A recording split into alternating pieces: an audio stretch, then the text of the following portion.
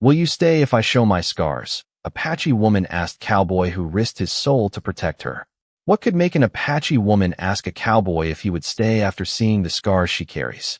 And what would make a man risk everything simply to protect someone he barely knows? Welcome, friends, to another story from the American frontier, where courage, trust, and human dignity can be tested in the quietest moments. Before we begin, subscribe to the channel and turn on notifications so you never miss another unforgettable Western story. Thank you for being here and for supporting this channel. Now tell us in the comments, would you stay if someone trusted you enough to reveal their scars? There are questions that cannot be answered with words alone. Sometimes, the answer is found in what a person chooses to do when nobody else is watching. Now let us begin. Will you stay if I show you my scars? Ayanna Redbird asked the cowboy who had just risked everything to keep her safe. Ethan Cole had no answer ready. Outside the abandoned cabin, the last light of sunset lay across the Arizona desert, turning the dust gold and the distant cottonwoods black against the sky. Inside, the room smelled of cedar, dry earth, and rain carried in on Ethan's coat. Ayanna stood near the window, one hand holding her worn shawl closed at her shoulder. She had been quiet since they arrived. Too quiet. Ethan had noticed it before, but now he understood that her silence was not peace. It was fear. Not fear of him. Fear of what he might think if he saw the truth she had spent years hiding. Ethan looked toward the small iron stove, giving her the privacy she seemed to need. You don't have to show me anything, he said. Ayanna lowered her eyes. That is not what I asked. Her voice was soft, almost lost beneath the wind moving around the cabin walls. Ethan turned back. She was an Apache woman in her late 20s, proud even when exhaustion bent her shoulders. Her dark hair was tied loosely at the nape of her neck, and a narrow silver bead hung from a leather cord around it. Ethan had noticed that bead earlier. He had also noticed the way her fingers touched it whenever she became uncertain. It was the only thing she had carried when he found her on the trail. Now she touched it again. Men always say they will stay, she whispered, until they see what happened to you. Ethan said nothing. He had spent 14 years riding cattle trails from Kansas to New Mexico territory. He had learned that some words were better left alone. A promise made too quickly was worth less than silence kept for years. So he simply pulled a chair away from the stove and set it near the window. You can sit, he said. Ayanna studied him as if there were a second question hidden inside those two words. Then she sat. For several seconds, neither spoke. Outside, a horse shifted its weight beneath the old cottonwood. Leather creaked softly. Somewhere beyond the ridge, a coyote called once and went silent. Ayanna finally reached for the edge of her shawl. Her fingers stopped. Ethan. Yes. If you see them, you may not look at me the same way. He watched the fading light cross her face. Maybe. Her eyes lifted. The answer seemed to surprise her. Ethan continued, quietly, but I won't know until I see them. Ayanna breathed in slowly. Then she loosened the shawl by 1 inch. Ethan did not move. He did not stare. He simply waited. And that was when Ayanna realized the hardest part of showing her scars was not letting someone see them. It was believing they might look at her afterward and still see the woman she had been before the world tried to define her by them. For the first time in years, Ayanna let the shawl fall from her shoulder. Ethan kept his eyes on her face. He could hear the faint rustle of cloth, the quiet crackle of the stove, and the wind pressing against the cabin walls. He did not ask what happened. He did not need to. The marks were old, pale reminders of a past she had carried farther than any horse could ride. Ayanna watched him carefully, waiting for the change she had seen in other people's faces. There was none. Ethan simply reached for the kettle and poured warm water into a tin cup. You must be tired, he said. She pulled the shawl back into place. You are not curious? I am. He handed her the cup. But curious is not the same as entitled. Ayanna stared at him for a long moment. Then something in her expression softened. It was not trust yet, but it was the first stone in the road toward it. Hours earlier, before the sun had begun its long descent behind the mesas, Ethan had been riding north along an old cattle trail when he noticed a second set of tracks beside his own. Small signs. A horse moving fast. A rider trying not to be noticed. He followed the trail for nearly 2 miles before finding Ayanna near a dry creek bed. She had been trying to reach the mountains before dark. When Ethan asked if she needed help, She had looked at him as if the question itself were dangerous. "Keep riding," she told him. "They are looking for me." Ethan had looked toward the empty trail. "Who?" She had not answered. Instead, she had pointed toward the horizon. 3 riders were moving through the dust, still far enough away that their faces could not be seen. Ayanna had lowered her voice. "Men who believe I know something they want." Ethan could have wished her luck and continued north. That would have been the sensible choice. Instead, he had offered her his spare canteen. "There is a cabin about 6 miles west," he told her. "You can rest there." She had studied him. "Why would you help me?" Ethan had shrugged. "Because you asked." That answer had seemed to bother her more than any question. Now, inside the cabin, Ayanna looked toward the window. The darkness had settled completely. "They think I killed someone," she said. Ethan remained silent. "I did not." "I believe you." She frowned. "You do not even know me." Ethan looked down at the worn leather of his gloves. "Neither do they." Ayanna's fingers closed around the silver bead at her neck. "There is something else." She reached into a small leather pouch and removed a single silver button. It was dull with age, its edge scratched, its surface stamped with a tiny star. Ethan recognized it immediately. He had seen the same kind of button earlier that afternoon on the coat of one of the riders following her. Ayanna noticed the change in his expression. "You know it." Ethan nodded slowly. "I have seen that mark before." Outside, the horse shifted again. Then came the distant sound of another horse somewhere beyond the ridge. Ayanna closed her hand around the button. "Then you understand why they cannot find me." Ethan looked toward the dark window. The canyon grew quiet after Takakota raised his hand. Rainwater slipped from the rocks in thin silver streams, gathering around Malachi Brooks's boots before disappearing into the dark soil. He stood beneath the gray sky with his hat low over his eyes, aware that dozens of men were watching him, waiting to decide whether his story deserved another breath. Takakota studied him for a long moment, then looked toward Ayanna. She gave the smallest nod. It was enough. The chief turned back to Malachi. "You will show us the trail." Malachi glanced toward the narrow passage beyond the river. "I can." His voice was steady now. "But we should not follow it directly." Takakota's eyes narrowed. "Why?" "Because Pike knows the canyon better than most men know their own barns. If he left a trail this easy to follow, he wanted someone to find it." A low murmur passed among the riders. Ayanna stepped closer, her damp hair tied back against the rain. "You think he expects us?" "I know he does." Malachi pointed toward a patch of mud beside the rocks. 3 horse tracks disappeared beneath the water, but one set continued along the higher ground. "That is the trail he wants us to see." Ayanna crouched beside him. She studied the earth without touching it. "And the other?" Malachi looked toward a line of juniper bushes farther west. There. Nothing seemed unusual at first. Then Ayanna noticed a single broken branch hanging lower than the others. She followed the line with her eyes and saw another branch farther ahead, then another. A path, deliberately marked. "He wants us divided," she said. Malachi nodded. "Or he wants us moving toward the old trading road." Takakota listened without interrupting. He was not a man who wasted words, and Malachi had begun to understand that silence was part of his authority. Finally, the chief looked toward the western ridge. "How far to the trading road?" "About 6 miles." "And the abandoned station?" "4 more." Ayanna looked at her father.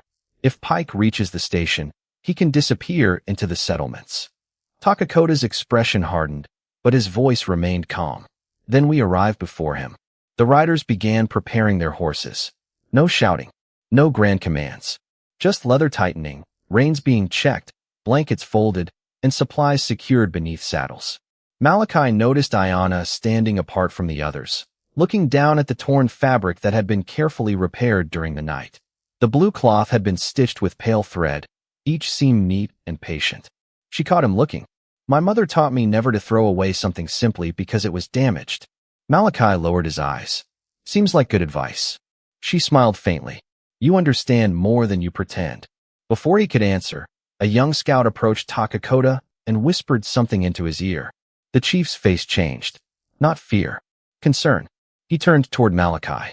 3 horses were found near the western ridge. Malachi felt the cold settle deeper beneath his coat. "How long ago?" "Less than an hour." Ayanna looked toward the darkening sky. "Then they are close." Malachi mounted his horse and tightened the reins. For the first time since entering the canyon, he looked back at the place where the storm had brought them together. A small piece of blue cloth still clung to a thorn near the riverbank. Someone had left it there on purpose. Someone wanted them to see it. Malachi pointed toward the ridge. "We ride west." Takakota nodded. The Apache riders moved quietly behind him, and Ayana took her place at his side. Neither spoke as the canyon opened before them. Somewhere beyond the rain, 3 men were waiting. And this time, they did not know who was following whom. The western ridge appeared through the rain just before sunset, and Malachi Brooks knew they had reached the place where the trail would become harder to read. Wet sage brushed against the horses, releasing a sharp green scent into the cold air. Behind him, nearly 50 Apache riders moved in disciplined silence, while Ayana kept pace at his side. Then Malachi saw something that made him pull his horse to a stop. A small piece of blue cloth hung from a thorn bush. The same cloth that had been torn near the river. Ayana leaned closer. That was not left by accident. Malachi nodded. No. He reached toward it, then stopped before touching the fabric. Beneath the cloth was a narrow strip of leather, tied around the branch with a careful knot. Takakota rode forward and studied it. A message. A warning, Malachi said. Or an invitation. Nobody spoke for several seconds. Then a scout appeared from the trees, breathing hard, but keeping his voice low. 3 horses, he said. Fresh tracks. They crossed the ridge less than an hour ago. Takakota looked toward the dark valley beyond them. Pike. Likely. Malachi dismounted and walked to the edge of the ridge. Far below, a thin column of smoke rose between 2 lines of cottonwood trees. It was too narrow to be a campfire left unattended. Someone was controlling it. Someone wanted it seen. Ayana came beside him. Why would he light a fire where we can find him? Because he wants us to believe we found him. Malachi watched the smoke drift sideways in the wind. Then he noticed something else. No horses were visible. No movement around the fire. No sound carried upward. It was an empty camp, or a very carefully prepared one. He is buying time, Malachi said. Takakota's expression tightened. For what? Malachi pointed toward the far eastern horizon. Beyond the ridge, an old trading road ran toward a settlement nearly 20 miles away. If Pike reaches that road, he can disappear among merchants, travelers, and freight wagons. Ayana looked at the smoke again. Then why leave the fire? Malachi crouched near the ground. The soil was soft from the storm, and several boot prints showed clearly beside the rocks. He counted them slowly. 7 sets. Then he noticed something strange. The tracks stopped near a cluster of stones, but none continued toward the smoke. Because the fire is not for us, he said. It is for whoever is watching from the other side. Takakota turned toward the western slope. His scouts immediately spread along the ridge, searching without a word.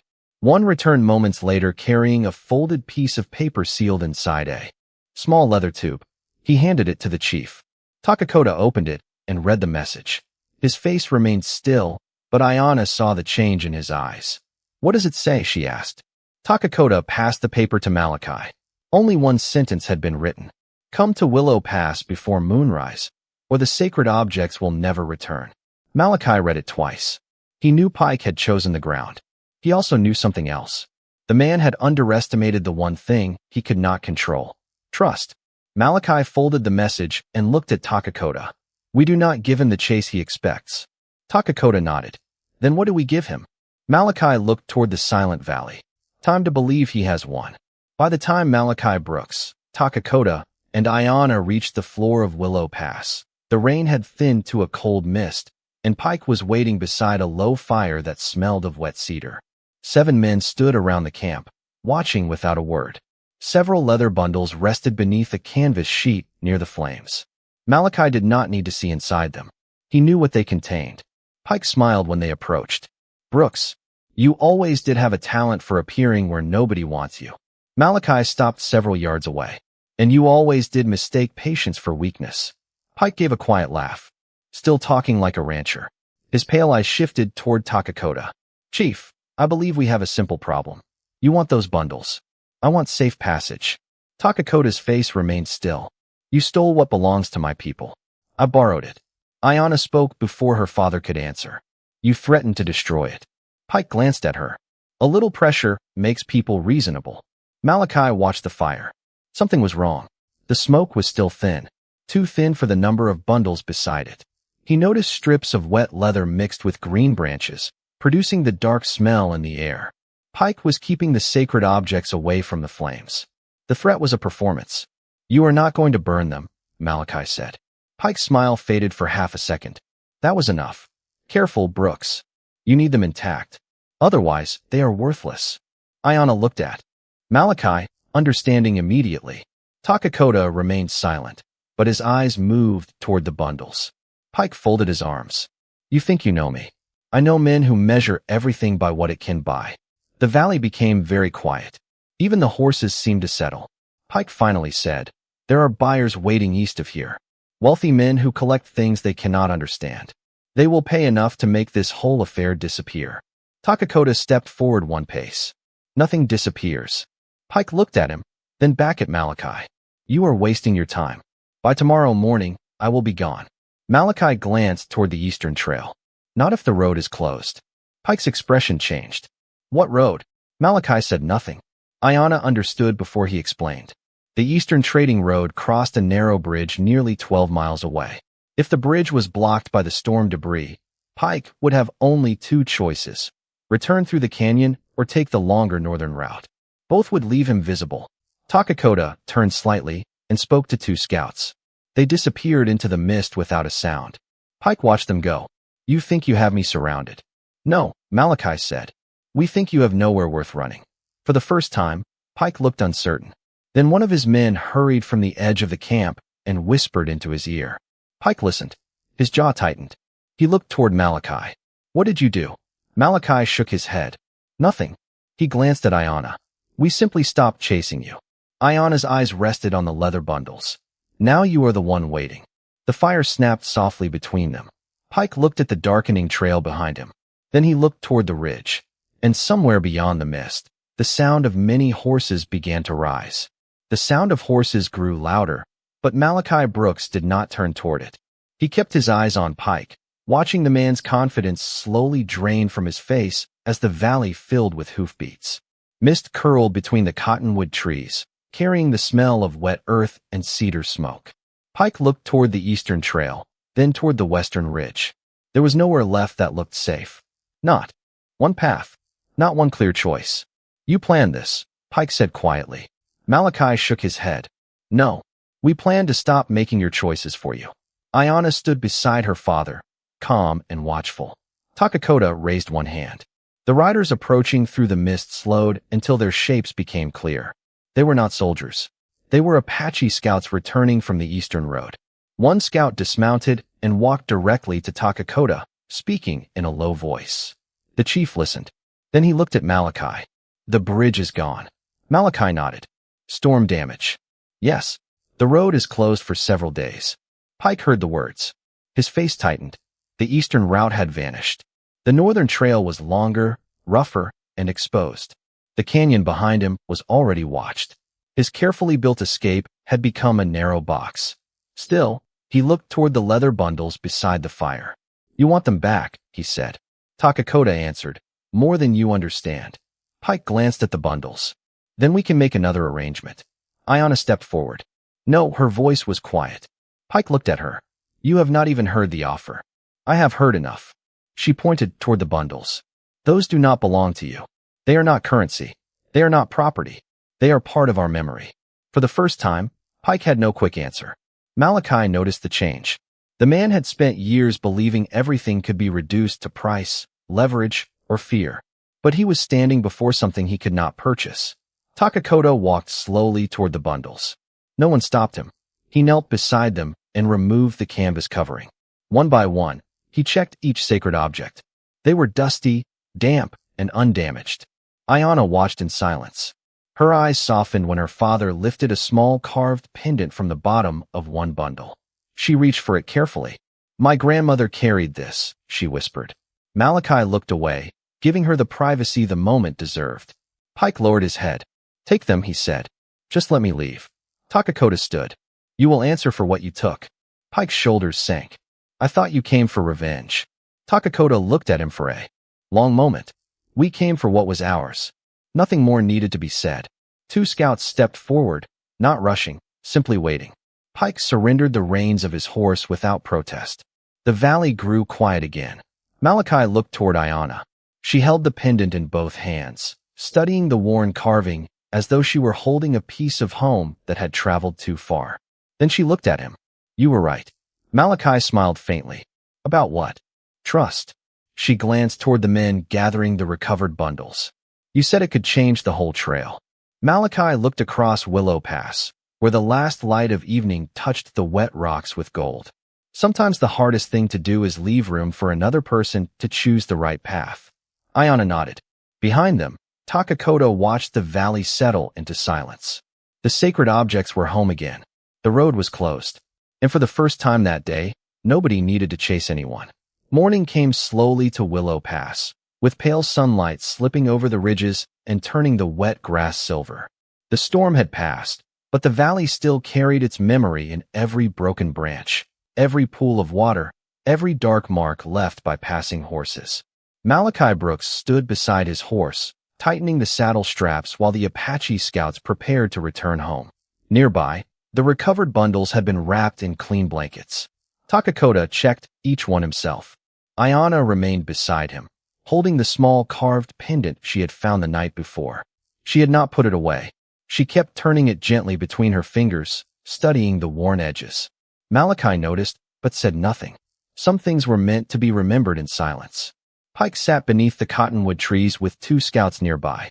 He had spent the night without complaint, perhaps because there was little left to argue. At sunrise, Takakoto walked toward him. You will return with us, the chief said. Pike looked up. To your village? To the nearest settlement first. Pike lowered his eyes. And then? Takakoto paused. Then you will tell the truth about what happened here. Pike gave a tired breath. Who would believe me? Malachi answered. From several yards away. People believe what they see. Give them the truth and let them decide. Pike looked at him for a long moment. There was no anger in his face now. Only the quiet realization of a man discovering that his own choices had finally caught up with him. Ayanna approached Malachi after the others had moved toward the horses. You are leaving too? She asked. That was the plan. She looked toward his saddle. Your ranch is north? About 20 miles. Alone? Malachi smiled. Mostly. She lowered her eyes to the pendant. My father says you should come with us for one night. Malachi raised an eyebrow. Is that an invitation or an order? A small smile appeared on her face. An invitation. He is still learning the difference. Malachi looked toward Takakoto, who was pretending not to listen. Then I suppose I should accept. They rode for several hours through country washed clean by the storm. The land looked different under the morning sun. Cottonwoods shimmered beside the creek, and the distant hills stood blue against the open sky.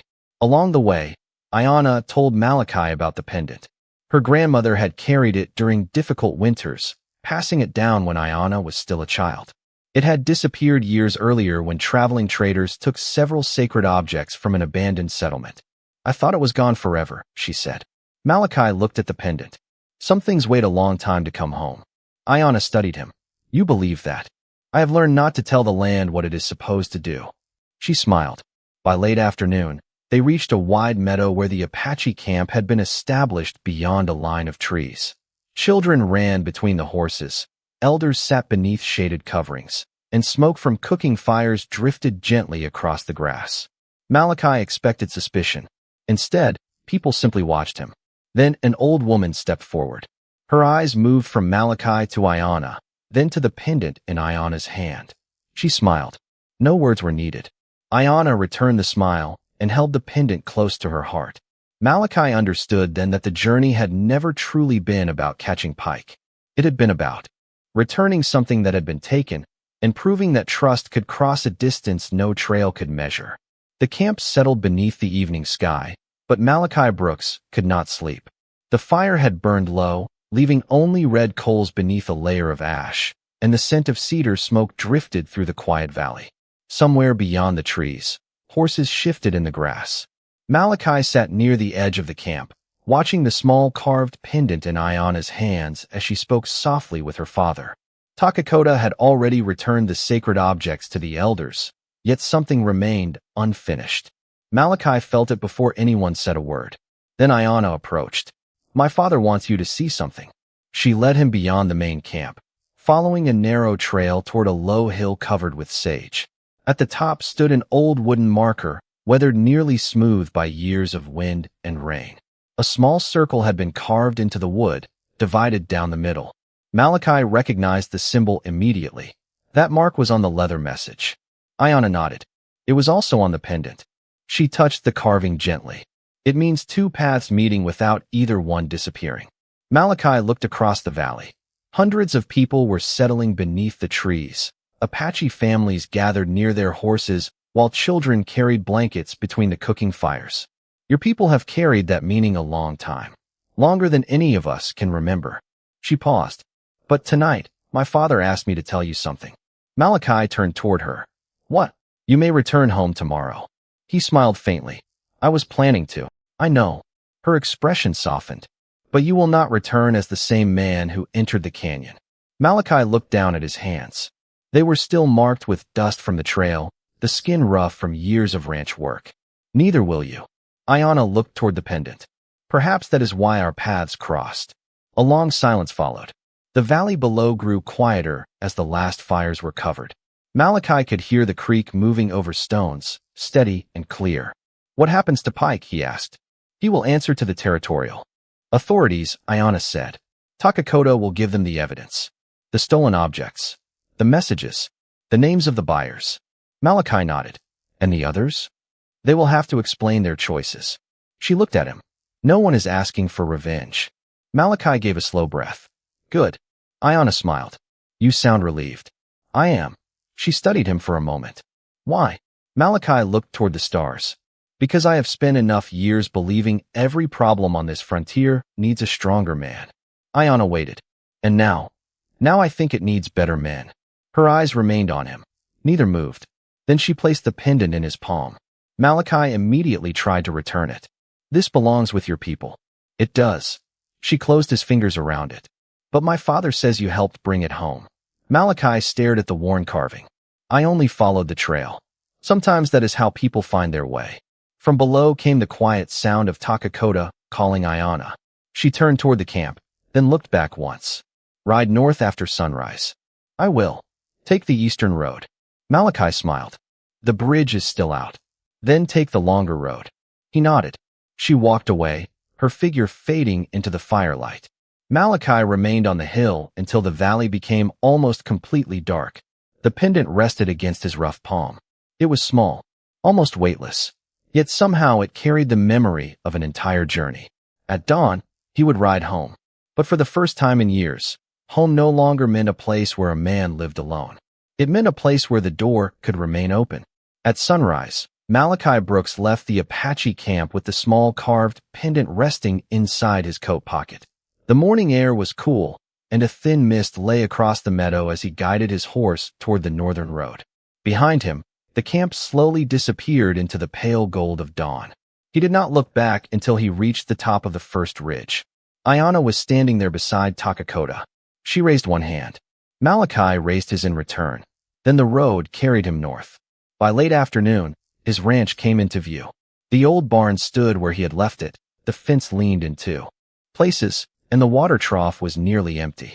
Nothing had changed, yet everything felt different. Malachi dismounted and walked through the yard slowly. For years, he had measured his life by chores. Water the horses, mend the fence, check the cattle, eat alone, sleep, begin again. That evening, he repaired the broken gate before lighting the lantern. He found himself leaving the front door open. It was a small thing, almost nothing, but the warm light from inside reached across the porch and touched the dirt path. 3 days passed, then 4. On the 5th morning, Malachi found fresh tracks near the creek. Not cattle, horses, many horses.